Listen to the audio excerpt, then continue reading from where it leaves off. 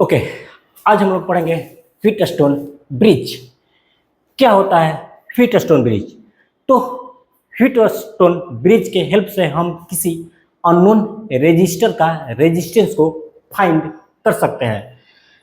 It helps to calculate the resistance of a unknown resistor in an electrical circuit. किसी electrical circuit का हम unknown resistor का resistance को calculate कर सकते हैं with the help of Wheatstone bridge. Wheatstone bridge में basically 4 resistance होते हैं, P, Q, R and S। तो ये P, Q, R, S क्या है? एक रेजिस्टर है, ठीक है। और ये बीच में गैल्वेनोमीटर लगी हुई है। हम बीच में एक रेजिस्टेंस भी लगा सकते थे like P, Q, R and S, लेकिन हमने यहाँ पर एक गैल्वेनोमीटर लगा रखा है टू मेजर द करंट। अब चाहे तो गैल्वेनोमीटर के जगह पर रेजिस्टेंस भी लगा सकते हैं। ओके, तो व्हीटस्टोन ब्रिज बोलता है ना कि यदि P एंड Q का रेशियो R एंड S के रेशियो को बराबर हो जाता है ना, तो इस गैल्वेनोमीटर में कोई करंट नहीं जाता है। क्या बोलता है व्हीटस्टोन ब्रिज?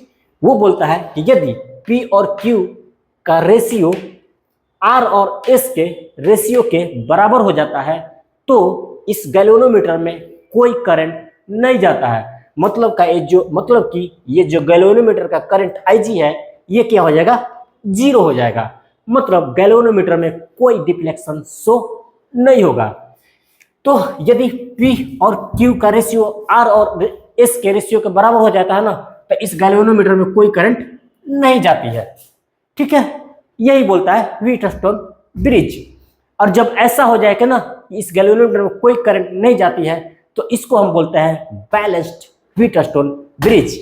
तो यही बोल रहा है when a galvanometer do not show any deflection that is Ig is equal to 0, then it is called balanced Wheatstone bridge. जब इस गैल्वेनोमीटर में कोई करंट नहीं जाता है तब इसको हम बोलते हैं बैलेंस्ड व्हीटस्टोन ब्रिज। और इस गैल्वेनोमीटर में कब करंट नहीं जाएगा? जब P और Q का रेशियो R और S के रेशियो के बराबर हो जाएगा, ठीक है।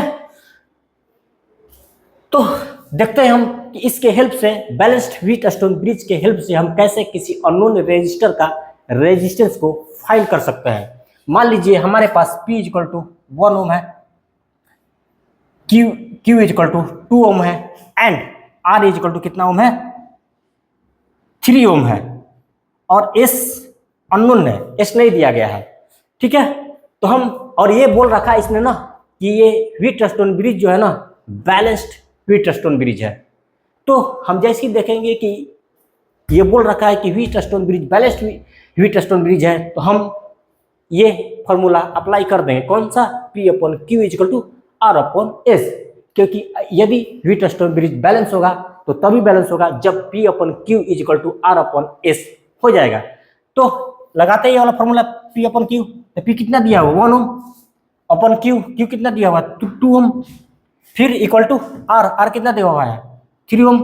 और S तो अननोन है, तो इसके हेल्प से हम S equal to 6 ohm calculate कर सकते हैं।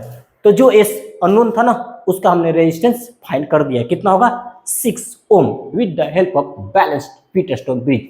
तो इस तरह से हम किसी बैलेंस्ड व्हीटस्टोन ब्रिज के हेल्प से किसी अननोन रेजिस्टर का रेजिस्टेंस को फाइंड कर सकते हैं। तो ये थी बातें व्हीटस्टोन ब्रिज के बारे में। आई होप आप अच्छे से समझोगे। Thanks for watching, wish you all the best.